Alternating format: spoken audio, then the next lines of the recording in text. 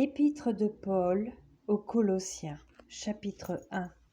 Paul, apôtre de Jésus-Christ, par la volonté de Dieu, et le frère Timothée, aux saints et fidèles frères en Christ, qui sont à Colosse.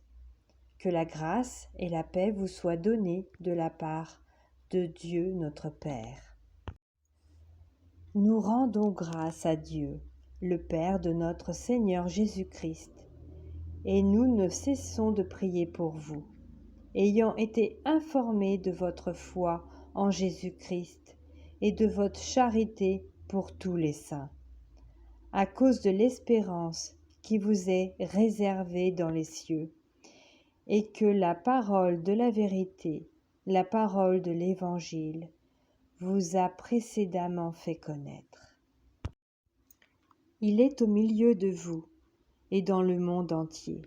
Il porte des fruits et il va grandissant, comme c'est aussi le cas parmi vous.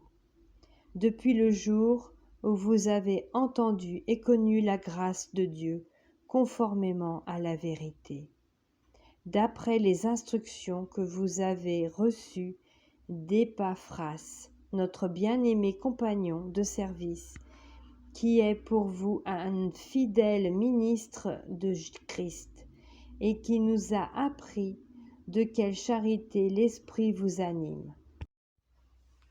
C'est pour cela que nous aussi, depuis le jour où nous en avons été informés, nous ne cessons de prier Dieu pour vous et de demander que vous soyez remplis de la connaissance de sa volonté en toute sagesse et intelligence spirituelle,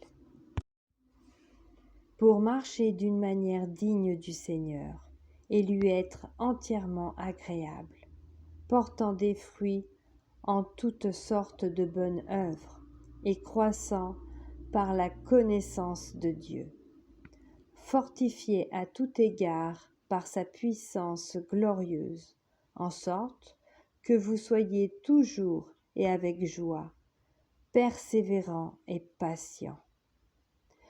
Rendez grâce au Père, qui vous a rendu capable d'avoir part à l'héritage des saints dans la lumière, qui nous a délivrés de la puissance des ténèbres et nous a transportés dans le royaume du Fils de son amour, en qui nous avons la rédemption, la rémission des péchés.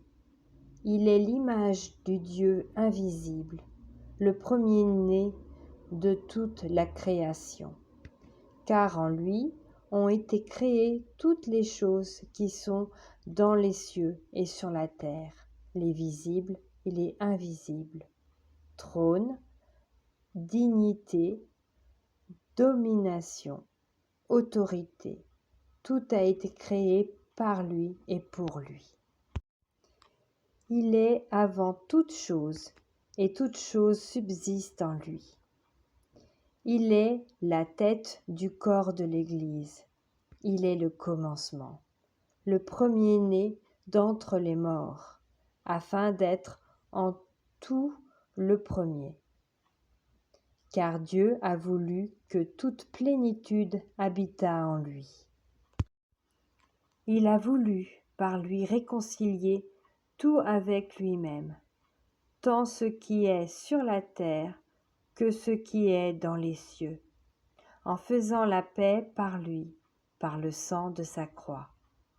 Et vous, qui étiez autrefois étrangers et ennemis par vos pensées et par vos mauvaises œuvres, il vous a maintenant réconciliés par sa mort dans le corps de sa chair, pour vous faire paraître devant lui saint, irrépréhensible et sans reproche.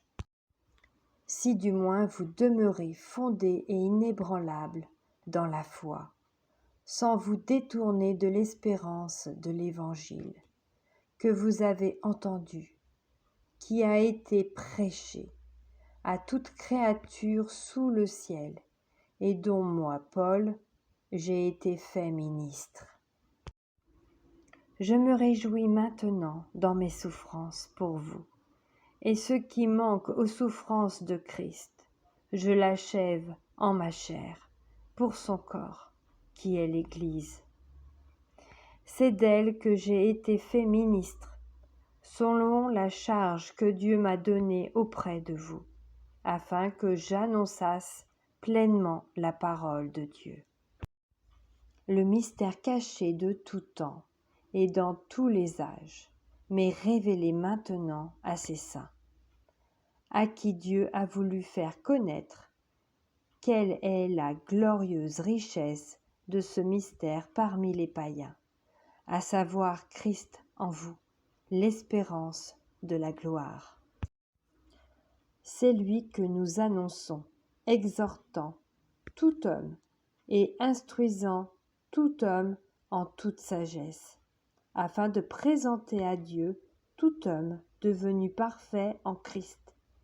C'est à quoi je travaille, en combattant avec sa force, qui agit puissamment en moi.